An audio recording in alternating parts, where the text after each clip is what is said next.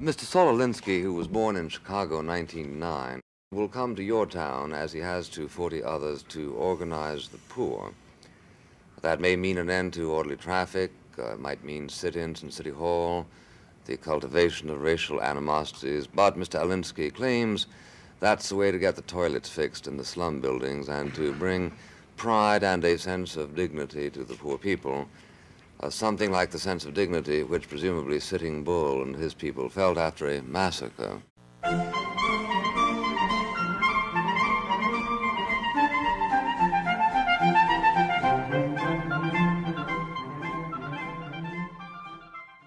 You do have fascinating general notions. For instance, you said, I'll steal before I'll take charity. No. Now, suppose I'm the person you're going to steal it from. Would you consult my feelings if I were to say to you before stealing from me, please won't you just take it? Or is it the act of stealing that gives you the satisfaction that you require? Oh, of course not. You know better than that. It isn't the act of stealing. Well, then it is charity. Why don't you take charity then? Well, you know what I meant by charity, just going to getting welfare handouts and... But welfare handouts are the product of philanthropy. When I talk about power, and I'm using it strictly as it's defined in Webster's Unabridged as the ability to act, I'm saying that people do not get power except when they take it, or when they're strong enough so that the other side gives it up, or at least gives up its what would be a compromise arrangement. Compromise to me is not a dirty word. I think if I had to define the whole democratic process in one word, I would use that word. As far as the little example you gave, which is so academic, in the first place, if you're going to steal anything from somebody, he isn't going to be around to say to you, why don't you Sometimes they are. It happens every day in New York. You know. Yeah, I read your column on that one. Okay, yeah, you say your money, your money or your life. Jack Benny says, well, I have to think it over. But they're often around, and in effect, you have that call it choice. But you do have a feeling. You said a moment ago just now that you only get power if you wrest it from somebody. Yeah, well, you only get power as a reaction to a threat, I think. But that's not true. Oh, of course it is. Suppose everybody in this room decided to nominate you as our leader. You would then have power over us. This doesn't mean that you wrested it from us. If everybody in this room decided to nominate me as their leader, I wouldn't have any power to do anything. It has nothing to do with that. That's, why wouldn't you? Why wouldn't you? If we pledged our allegiance to you. I'd have a bunch of kids and you. Well, your columns might be of some help for a while. No, but suppose you just... That's all. I'm looking at it very pragmatically. Suppose you were in a position to deploy us in any way that you chose, we having decided to give you that power. Why haven't we actually vouchsafed you something? Well, in the first place, I have never taken that kind of power. That's not a relevant answer. I'm trying to understand your philosophy here, and I find it difficult to do. Well, do you want to understand my philosophy? Desperately. You do? Well, then, can you sort of be desperately silent for about 1 minute or 2 minutes? All right, I'll go with you. 3. 3. All right, as far as I'm concerned, living in the world as it is, you don't have the choice of what's best. Every judgment that is made on the basis of alternatives. On that basis, I find myself totally committed to the fact that a free and open, what we call, roughly speaking, a democratic society is the best way of life that we have. I'm not saying it's perfect. I'm willing to buy the Churchill definition that it may be it's a lousy way of life, but it's the best way that we know of. Now, I find, in terms of my own acceptance and understanding of our political situation, I find myself very much in agreement with the thinking of the early revolutionary leaders. I'm thinking of men like Madison J. Hamilton, etc., who I think were extraordinarily politically sophisticated and very well read and very thoughtful in terms of the implications of their actions, and very much aware of the fact that of the world that they were living in. It was not, and they weren't getting it mixed up with the world as they would like it to be. But that this was a jump-off point, that they were heading towards a future where mankind could always be improving or living a happier life full of potentials for, and you find yourself drifting into cliches here, of achieving his own dignity, freedom, equality, etc. Now, the one thing that they were concerned about in this kind of a life is that while things would always be changing, that basically whatever future there was to the future of an open society, it rested in the fact of having as many people involved as citizens, being able to act as citizens, able to act power.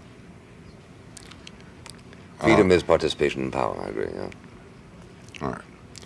And that if we ever ran into a situation in this country where a large sector of our population was disenfranchised politically and economically, etc., and I'm not talking about equality in terms of equal income or anything else of that sort, but if we ever ran into that kind of situation, that it would very well become malignant and bring down the hopes for the future. As a matter of fact, de Tocqueville makes the same point on it in his speculations of future, this new way of life. Now, what is involved here is, and I have to answer you on two levels here. One is a commitment to the development of the combination of circumstances in those sectors of our society that are disenfranchised, whereby through organization, which is really a synonym for ability to act in this world, the only reason people ever organize, in fact, in order to be able to put things into practice, ideas that they have, in order to belong, in order to have the power to be part of the to maximize their leverage, yeah. Yeah, or to get leverage to even begin with, where they don't have any. You got leverage if you can vote. Yeah, but there are large sectors of our population that weren't even able to vote. You talking about Rochester? No, I'm talking about Mississippi. I'm talking about the South. I'm talking about the whole basis in many sectors of this country in terms of the Civil Rights Revolution. You have to have that. You even have to have it, if I might digress for a moment, on a simple situation that, let's say people are organized. You do not have that complex, that is called a political complex, and I'm using political strictly in the Greek sense here, whereby through getting together, through having a convention, through having a election of officers, agreement on policies and so forth, that they can turn to other sectors of society and say, here are our representatives. These are the men for you to deal with in the democratic give and take and hauling, decision making, etc. Without this, which I think is a primary element in the democratic mix, the whole democratic society begins to founder. Let's take Detroit right after the riots that occurred. Let's assume that the powers that be deciding, as they did decide when they got together afterwards, we've got to deal with the representatives of the black ghettos. And they turn to the black ghettos and say, send us your representatives. Who's going to come forward? I think what's most interesting about yourself, at least most people, is this distinctive appeal that you have to certain types of people who recognize that there is a problem of the poor. Now, you appeal to some of them because you have this disdain for welfarism, as suggested by that ultimatum of yours that you rather steal than receive welfare. Now, this appeals to a lot of people sort of conservative-minded who are against welfare because they do believe that there is going on in this country a sort of institutionalization of welfare, that we ought to get out of it, and that to be essentially human, you've got to make your own way. So you appeal to them. On the other hand, you appeal, they would be conservatives in a way, you appeal also to liberals and radicals because yours is a highly non-rhetorical approach. You actually want to organize the poor, and you want to cause them to demand things.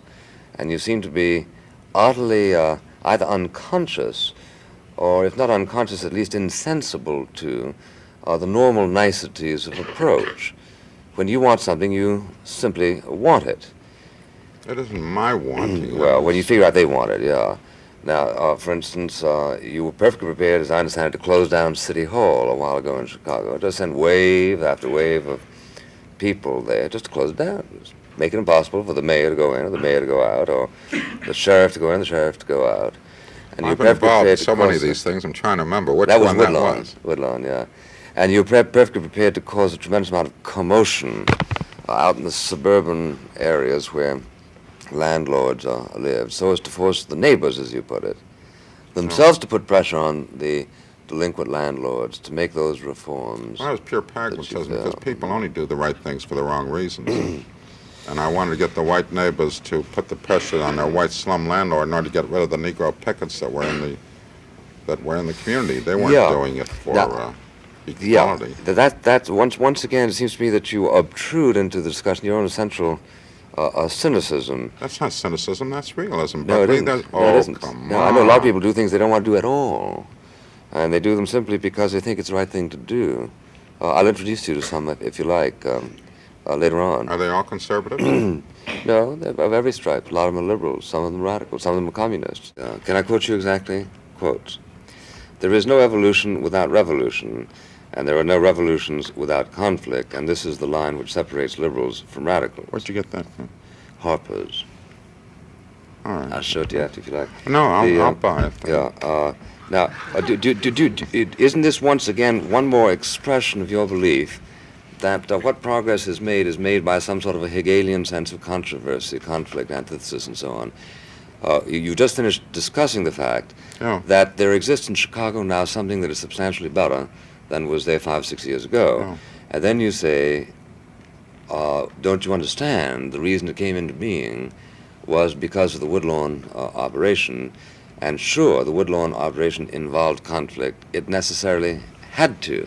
And I'm asking whether or not progress can't be made without conflict. No, I don't believe so. I think that the most insidious, the most subversive force that has ever entered the American scene has been what I would call Madison Avenue public relations, middle-class moral hygiene, which has made the word conflict a nasty word, and controversy a very nasty word, so that people are fired off of mass media for controversy. But don't you think that reason? Well, I obviously I have a stake in the toleration of controversy. But I want to ask you this, can't one achieve progress by reason, or must it be by a conflict of force? Even on the basis of reason. The moment you come up with a new idea, it promptly challenges the prevailing sacred power of the older idea, and you've got a conflict going on. I think that controversy is a matrix of everything creative that comes out of life. We got Medicare in this country, and we got it as a result of a lot of discussion. Now, mightn't Alinsky students have felt that you'd need to shoot a few doctors or let a few people die for lack of medical attention before you'd have the kind of conflict that's necessary to midwife Medicare? And I'm asking, why can't you have... I've been fascinated by your eyes in previous shows I've watched, Now, will you look at me and tell me whether you believe what you're saying? Well, of course, no. What I'm trying to do is extract from you disbelief in what people understand you to be believing. Perhaps because I'm terribly refreshed that you're constantly shocked that people at quotations I throw at you of things you've said. I'm not shocked. I'm delighted. This shows great progress. I'm just correcting some of the misquotations. All right. If you're saying, therefore, that conflict is what we're doing right now, then I agree with you that conflict is probably necessary to the changing of any point of view. But most people understand you to be saying something much more and what they're understanding is closer to it than just our discussion. I don't want to take a pass on. Yeah. I'm saying very unreservedly that all progress comes as a response to a threat, and the reaction to the threat is when you get progress. I'm saying that that all actions of history have come that way. That's it doesn't necessarily have to be violence. Why? But that's not true. What was the threat? What is the relevant threat, let's say, when John decides to marry Jane?